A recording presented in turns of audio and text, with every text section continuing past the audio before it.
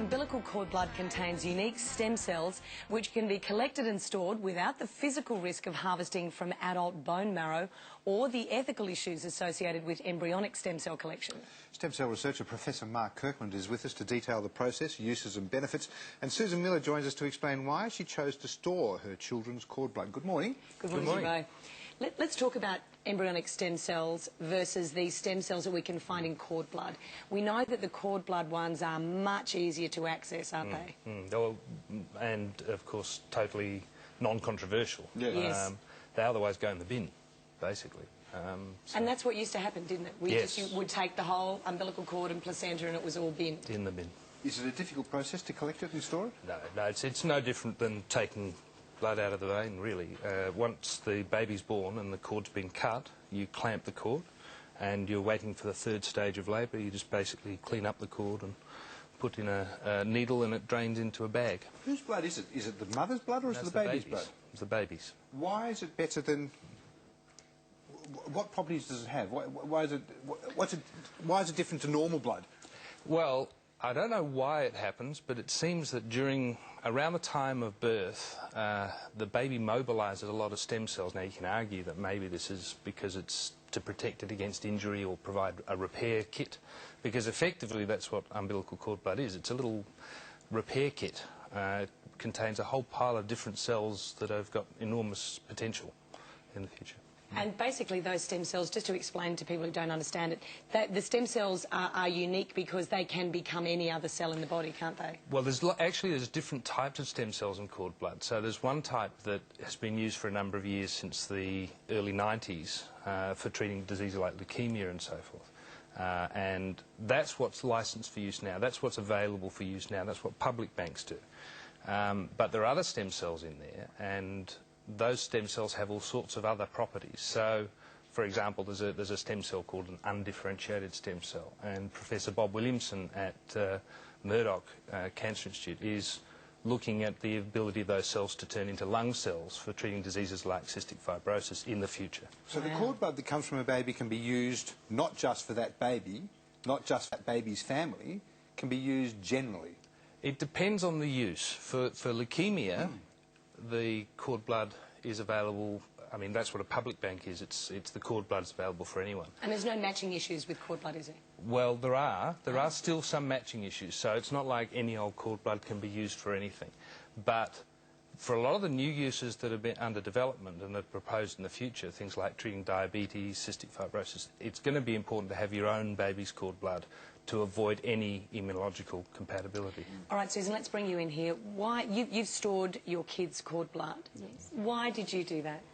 My eldest son was born with cystic fibrosis. And Which is a disease of the lungs? yes, well, affects different parts as Yeah. well, but lungs is the main issue. Did you know that at the time he was born? Right, okay. No, we found out from the heel prick test.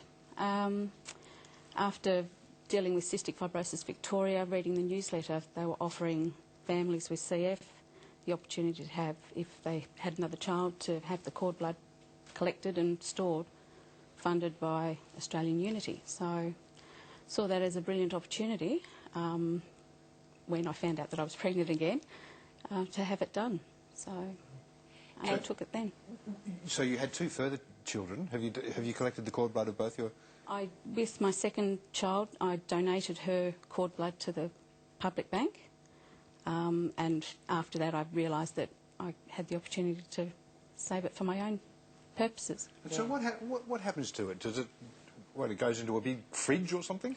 Well, what we do is we spin the sample and we take off a thin layer of cells, the white blood cells, which contains all these various stem cells, and we freeze them in liquid nitrogen and put them in a big tank of liquid nitrogen. And does their potency remain throughout the process? Well, of course, people only started storing cord blood at the beginning of the 1990s, so we've got about 20 years of experience, and as far as we know, they can be stored indefinitely, but we can only say definitely that it's a good 20 years. Yeah. See, when I had my twins, that was 7 years ago, and there was the opportunity to donate the cord blood, but there wasn't the opportunity to actually bank it privately. How long has that been available? Yeah, the private banking's really only been available since about 2004.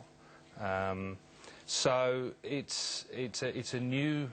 It's not competing with public banking. Public banking is an enormously valuable service for kids who have leukemia. But this is really about, yes, you can use it for leukemia, but in the future we hope there'll be new uses, and not just with the bone marrow type diseases, but with diseases like diabetes, and we're hoping to do a trial in diabetes early next year. Anecdotally, are you finding that people who tend to want to store it privately have a range of genetic issues in their family, or are people doing it just as a bit of an insurance policy? I think just as a bit of an insurance. I mean, it's people who believe that the future development of this science will make this a valuable resource at some stage. Can't guarantee it, but we hope it will. But you've only got one chance to store it, and that's at the time of birth. Yeah. And You've got a few minutes to do it, don't you? Yeah. Where's the research at in terms of stem cell and its treatment in cystic fibrosis? At what point do you think it might be helpful for your son? Again, unsure of the length of time that it's going to take. It's more if these wonderful scientists do discover a way of regenerating lungs, or even be able to grow lungs. I know that sounds a bit far-fetched, but for a child, I don't think it sounds for far-fetched anybody at all, not to go on a donor register, they don't have to wait for these things to be produced. So it's.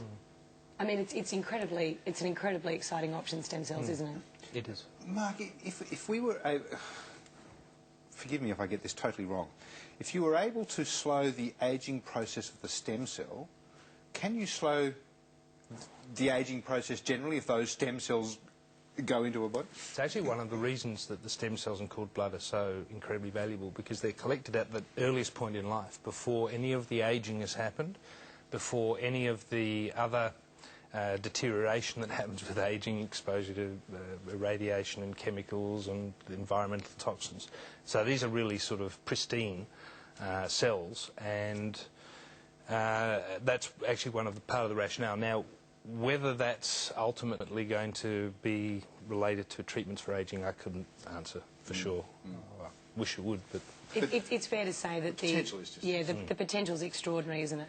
It is. I mean, it has to be recognised that these are about future developments, and but people have to make a commitment, if you like, to what is not yet on the table, because these treatments are not tomorrow, they're not next week, they're 3 years away, they're 5 years away. But having said that, at the moment in the US there are trials happening in cerebral palsy using children's own cord blood. There's a trial in diabetes. There's another one about to start in Houston looking at children with traumatic brain injury whose cord blood has been stored. So these things are all happening now, and we would believe that some of these uses will become available in the not too distant future. How different is a bone is extraction through bone marrow? How different is that? Well, it's quite painful, I know that. Yeah, I think the real point is that the populations of cells we get in cord blood are somewhat different from the ones we get from bone marrow later on in life. It really is one opportunity to get a group of cells, and it's not just stem cells, I'd have to say. There's other cells like immune cells that are going to, I think, turn out to be very, very valuable in the long run. Really? Explain why. Well, the potential treatment for diabetes is about undoing the autoimmune process that destroys the insulin-producing cells.